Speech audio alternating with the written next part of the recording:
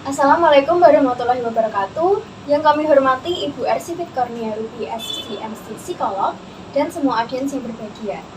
Jadi kami di sini dari kelompok 7 ingin mempresentasikan hasil kerja kelompok kami yang bertopik perkembangan moral. Jadi sebelum itu izinkan kami untuk memperkenalkan diri terlebih dahulu.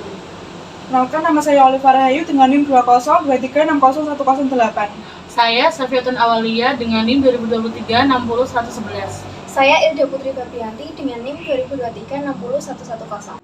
Definisi perkembangan moral yang pertama yaitu perkembangan moral adalah proses di mana seseorang mengembangkan pemahaman nilai-nilai moral, etika, dan berkembangnya kemampuan menilai baik dan buruk sebuah tindakan dalam kehidupan sehari-hari. Yang kedua yaitu perkembangan moral adalah evaluasi nilai-nilai, keyakinan, dan perilaku moral seseorang seiring berjalannya waktu dan pengalaman hidup. Yang ketiga yaitu perkembangan moral merujuk pada proses pertumbuhan nilai-nilai dan perilaku moral seseorang, terutama pada anak usia dini. Proses ini dipengaruhi oleh lingkungan sekitar anak, peran orang tua, interaksi sosial, serta penggunaan teknologi. Topik yang kedua yaitu kondisi ideal. Yang pertama yaitu siswa diharapkan untuk mampu dalam memahami nilai-nilai etika, mengembangkan empati, sadar akan moral, mampu mengambil keputusan secara etis, konsisten dengan prinsip-prinsipnya.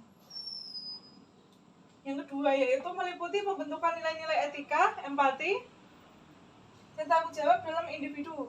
Proses ini biasanya terjadi melalui pengajaran nilai-nilai positif sejak dini, dukungan lingkungan yang mendukung.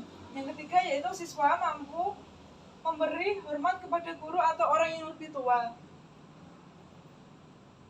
Topik yang ketiga yaitu realita. Yang pertama yaitu banyak siswa melakukan penyimpangan moral seperti berkata kasar kepada guru dan teman, merokok di sekolah, melanggar peraturan sekolah, mencuri, dan menonton video porno. Yang kedua yaitu gejala kondisi realita perkembangan moral. Bisa mencakup tindakan kejujuran, empati, ketidakpatuhan terhadap norma-norma moral juga dapat menjadi gejala perkembangan moral kurang positif. Yang ketiga yaitu siswa melakukan perjudian, siswa melakukan bullying kepada orang lain, dan hamil di luar nikah. Dampak. Yang pertama, siswa yang menyimpang secara moral akan mengalami 1. rusaknya reputasi, 2. dijatuhi hukuman, yang ketiga dampak psikologis seperti rasa bersalah, rasa tidak aman, emosional, dan mudah tersinggung. Yang keempat, dijauhi orang lain. Dampak yang kedua, individu yang mengalami penyimpangan moral mungkin menghadapi kesulitan dalam membangun hubungan yang sehat dan mengambil keputusan yang etis. Yang ketiga, akan didiami dan orang di sekitarnya tidak akan menemaninya. Orang tua, keluarga besar akan malu. Kemudian bisa dikeluarkan sekolah dan akan susah untuk mendapatkan sekolah baru. Topik yang kelima, pihak yang terlibat. Di sini pihak yang terlibat keluarga, lingkungan keluarga yaitu orang tua dan anggota keluarga lainnya dapat memberikan tekanan atau dukungan moral yang dapat mengaruhi perkembangan moral anak. Yang kedua, teman sebaya. Teman sebaya memiliki pengaruh besar terhadap perilaku dan keputusan individu dalam mempengaruhi seseorang untuk terlibat dalam tindakan-tindakan yang menyimpang. Yang ketiga, guru dan masyarakat. Pengajaran atau kurikulum yang kurang efektif dapat meningkatkan celah untuk kejadian penyimpangan moral. Norma-norma dan nilai-nilai sosial dalam masyarakat dapat memainkan peran dalam membentuk moral. Topik ke-6 yaitu faktor penyebab. Yang pertama, kurangnya pengawasan keluarga. Keluarga terlalu memanjakan dan permisif, yaitu membiarkan anaknya melakukan apapun yang anaknya sukai walaupun itu salah. Pengaruh pergaulan yaitu ajakan teman sebaya. Tekanan ekonomi dan kurangnya pemahaman nilai-nilai moral atau lingkungan yang merangsang perilaku negatif. Yang kedua, kurangnya pendidikan moral, pengaruh negatif media, ketidakstabilan keluarga, kurangnya perhatian pada pengembangan empati. Yang ketiga, pengaruh pergaulan yang kurang positif sehingga dapat mempengaruhi perkembangan moral. Pengawasan media yang kurang efektif orang tua pada anak. Topik selanjutnya adalah pencegahan. Yang pertama adalah orang tua mengawasi penggunaan media internet pada anak-anaknya. Yang kedua, memberikan contoh perilaku yang bermoral pada anak. Yang ketiga, anak-anak mendapatkan pendidikan agama. Yang keempat, adanya penegakan hukum yang adil dan efektif. Yang keempat, edukasi moral. Yang kelima, membangun lingkungan sosial yang mendukung norma-norma moral. Yang keenam, pendidikan moral, program pendidikan di sekolah untuk memberikan pemahaman etika dan tanggung jawab sosial kepada anak-anak dan remaja.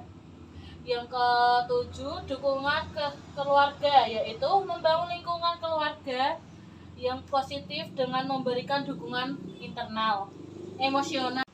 Tema selanjutnya adalah peran sistem. Yang pertama, pendidikan. Pendidikan menyiapkan program pendidikan moral untuk membentuk karakter siswa. Yang kedua yaitu regulasi. Memberikan sanksi kepada siswa yang melanggar norma dan peraturan. Yang ketiga yaitu media dan teknologi. Memberi batasan konten sesuai usia. Yang keempat, sistem perkembangan moral seperti pendidikan formal, lembaga keagamaan, dan norma sosial memainkan peran penting dalam membentuk nilai-nilai etika dan moral individu. Yang keenam yaitu melibatkan berbagai faktor yang mempengaruhi perkembangan moral anak, meliputi lingkungan sekitar, keluarga, interaksi sosial, dan pengaturan pergaulan. Selanjutnya yaitu solusi nyata. Yang pertama, pendidikan moral yang terintegrasi. Yang kedua, pendidikan terhadap orang tua tentang pentingnya peran mereka dalam perkembangan moral anak. Yang ketiga, pengawasan media teknologi memberikan panduan efektif kepada siswa dalam menggunakan media dan teknologi, melarang tayangan konten yang menyebabkan kemerosotan moral. Selanjutnya yaitu melibatkan pendidikan moral terintegrasi, peran positif keluarga, penguatan pendidikan keagamaan, dan perkembangan program pembinaan karakter.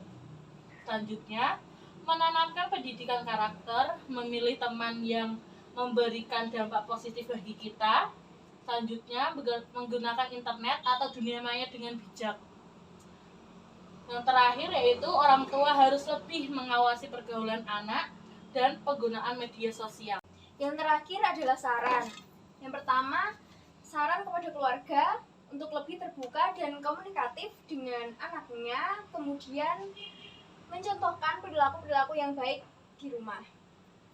Untuk pemerintah memberikan bantuan dan beasiswa bagi orang yang miskin dan tidak mampu agar tidak ada kesenjangan ekonomi. Saran yang kedua yaitu untuk mendukung perkembangan moral dapat menggunakan langkah-langkah seperti menerapkan hukuman adil dan konsekuensi positif. Yang kedua yaitu pendidikan moral di sekolah dan keluarga. Selanjutnya yaitu saran. Saran bisa dilakukan dengan meningkatkan pendidikan moral di masyarakat. Dan kedua, memperkuat peran keluarga dalam membentuk peran anak. Yang ketiga, membatasi bermain media sosial terlalu sering. Selesai sudah presentasi dari kelompok kami. Apabila ada kekurangan, kami mohon maaf yang sebesar-besarnya. Assalamualaikum warahmatullahi wabarakatuh.